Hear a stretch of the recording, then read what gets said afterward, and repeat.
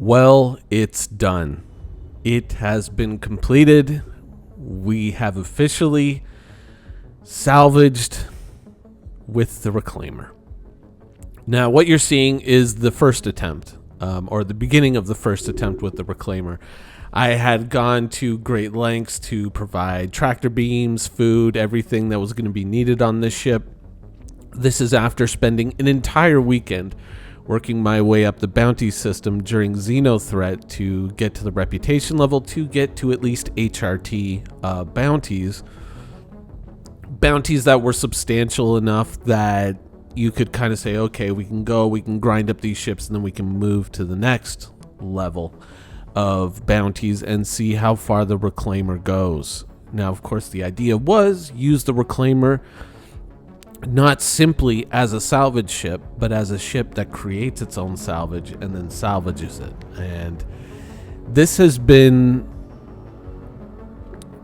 pretty much the foundation of owning the Reclaimer since a long time ago. This is the culmination, actually, almost of a decade of, waiting. And to finally have crossed this finish line was interesting. Of course, Xenothreat, bad idea. Server's not in the best of shape. I would have thought that I realized what CIG has said now about releasing Xenothreat. No, we're getting all this important data. That's great. That's fine. But you know what? I think we all could agree that we could have used, just a week or two of just stable 3.18.2, We could have really just basked in the good weather for a few days before we kind of spoiled things. But it is what it is. And I mean, if you're playing Star Citizen, you know what it's like to have to deal with the occasional BS. So it is what it is. Now, overall, how did the Reclaimer perform? How did I enjoy it? The Reclaimer was surprisingly efficient. It was an interesting experience. I have a few notes. I have a few things that I want to talk about with the overall Reclaimer's performance, and possibly, things that we can look at for the future. Some reversing some changes that CIG has made, which I think are stupid, and bringing the Reclaimer, one step closer to the future. Now, of course, the amount of reward that we got from this was screwed up by the fact that the machines in the back of the ship weren't ejecting the salvaged material once they were full. Well, they were ejecting it, and then they were kind of swallowing it up again, and then just saying that the machine was blocked. And so it created a number of issues that I obviously, once sync becomes better and once the servers are performing better, it will hopefully settle down. But I have to say that having this and then going into 3.19 and being able to have somebody EVA out and actually take the weapons off of a wrecked ship and whatnot, I think that this kind of closes the earnings gap in piracy. That's something that's always concerned me, is the fact that because Star Citizen realistically feeds off of the Star Citizen economy feeds off of an infinite source of money, that pirate earnings, and therefore the ability to crew your ship and the ability to spread money around and get people to get on your ship, was kind of pathetic and not looking all that good. And this, as a way to kind of increase those earnings and to increase the return per ship destroyed, obviously was, it's a step in the right direction. But overall, let's get into what did I think of the combat performance at this level, which is the HRT level. Not an issue. The Reclaimer, with only the large turret and one of the smaller turret stations manned, quickly butchered the Valkyrie and its escorts. I mean, just annihilated them. And so I have a lot of confidence going from HRT to, I think it's VHRT level missions with this. Now, of course, all of this is a precursor to actually taking on much larger ships and much larger targets and being part of a larger fleet and being able to contribute not just the obvious financial returns, but being able to contribute at least a fair amount of combat capability to that battlefield. One of the things that I very quickly came to grips with was the fact that for a lot of people, it's very disappointing that the mechanical arm doesn't work on the Reclaimer. And usually what we had seen in the past was that the big mechanical arm was, in some people's minds, going to be used for munching down ships, and in other people's minds it was going to be used for grabbing onto ships and latching onto them. Having had just this short experience with it, I think that the better use for the mechanical arm would be to grab onto ships and then reorient them, allowing the co-pilot to reorient the ship so that you can more effectively keep the tractor beams on said ship. So if you think about it in the same way that you pick up a gun and you can inspect it, or you pick up, a bottle and you can inspect it in the Star Citizen universe, using the mechanical arm in that way to grab onto a ship and then spin it while the people are basically scraping the hull so that they can more effectively get every nook and cranny on the ship. I think that would probably be the best use for it, the most efficient use for the mechanical arm when it does become implemented. Next was, of course, all the small secondary turrets that cover the Reclaimer. Now, as you may or may not be aware, CIG has kind of broken these turrets up and made it so you have to manually go from one turret to the next. I think we can universally agree that that's kind of a stupid idea, because you only have 2 workstations and it's not efficient to exit a turret and then re-enter a turret. So I think that we have to go back to the system where it's just 3 turrets to this workstation, 3 turrets to that workstation. And when, the problem that CIG outlined is we can't stop the gun that's not facing the enemy from firing. So you always had this one oddball turret firing off into a strange direction. If you need help with that, you can just contact Gaijin, the makers of War Thunder, because if you've ever flown a bomber in that game and you're using the turrets to shoot down incoming fighters that are trying to stop you, they seem to have already gotten the idea and how to figure it out that if the turret can't fire at the enemy, the turret doesn't fire. So maybe a few email messages away from actually being able to close the gap on that and make that work. Therefore, we can go back to the 2 workstations, 3 turrets apiece, the way it was originally designed and the way it's kind of built in the ship, so that you can kind of get this working again, because the current implementation is absolutely awful. Now, there's one thing that you might think, because of the desync issue and the fact that we kept losing the salvaged material as it was ejected by the workstations and then pulled right back in, which jammed up the workstations and created some issues for us, we were actually only able to pull 1 crate out of this, even though I think there were 2 technically stuck in either of the ejector consoles, simply because of the desyncs. You might think that I would be kind of against that system and just say, hey, just make it appear on the cargo grid. But I realize that CIG doesn't want that, and they want that physicalized handling and placing of cargo. And I'm fully okay with that. But I think that if sync continues to be an issue for the game, if the desync of having, kind of not being able to reliably eject that cargo. If that continues to be an issue, I think we need to go to a more, the crate just appears on the grid type system for a while until you kind of iron out all the bugs and you can say fully that you have this locked in, because salvaging takes time.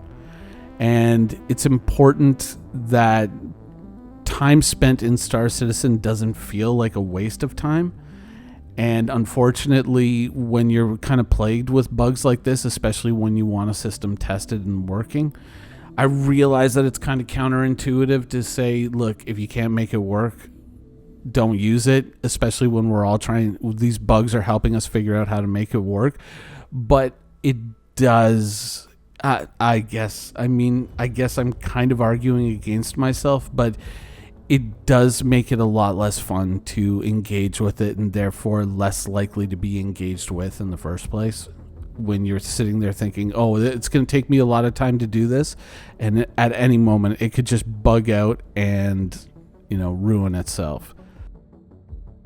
Overall, I have to stress that flying the Reclaimer, using it for salvage, was, despite all the bugs, the desync, the problems, it was an excellent experience. It was a wonderful experience. I have to be honest about it.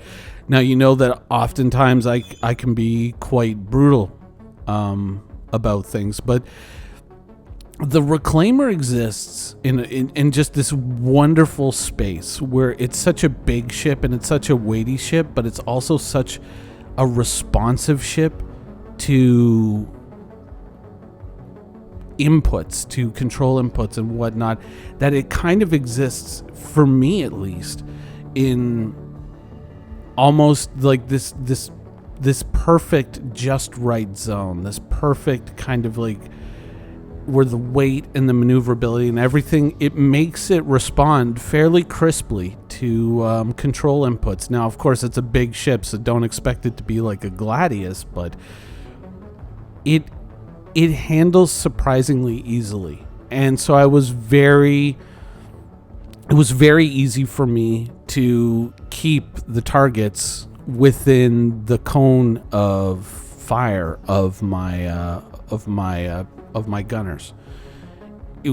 Obviously, with more control over the weapons and having a fully crewed ship, this is just me and two other people, by the way, having the ship fully crewed out would obviously increase that performance and increase that reach. And having had a Reclaimer in the past fully crewed out and using it strictly for combat, I've easily been able to destroy many opponents in this game, both player and NPC. And I have actually, that's an old video, so some things may have changed, but we together with our org, when we had it fully crewed, we were actually able to fight a running battle with players that lasted probably about 45 minutes between the surface of a moon and going all the way up into space, running full crime stat. And then once we got up into space and we had gotten to the maximum crime stat, defeating a Navy Hammerhead in that battle. Like, we had a riot of a time. Now, I don't expect the Reclaimer to fully realize that potential again. Obviously, things and systems have changed, but you definitely feel when you fly the Reclaimer and you use it in this way that while it is obviously not bristling with offensive firepower, it can take a hit. But at the same time, before you get too excited, you may want to look out and make sure that there's no eclipses and no retaliators out there looking for you. We got lucky in that regard, but it may not always be that way. So,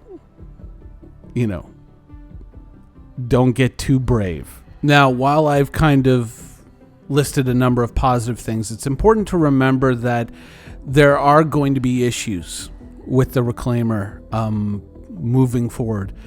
The reason why I kind of do the bounty missions is because you're basically dynamically creating your own wrecks And I tend to use the Crusader area because this is where you get the most bounty missions in space.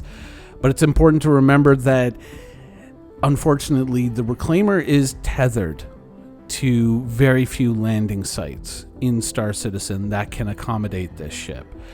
And so where you are going and coming from can create a number of issues. The only space-based landing site that you can call the Reclaimer at right now is Grim Hex.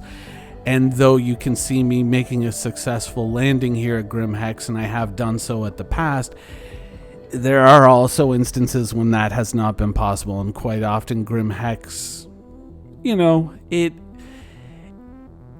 draws a little bit too much attention to itself, so this may not be where you want to base yourself, and you may want to deal with the atmosphere of a place like Lorville or Area 18 and take advantage of its improved handling and atmosphere these days, rather than basing yourself out of Grim Hex, because this could be a bit of an issue. Also, because if you're doing this and you're taking bounties with this ship, you have to remember that you're going to be moving dynamically all over space. So your location, your path through space, and your hunting grounds will be very unpredictable.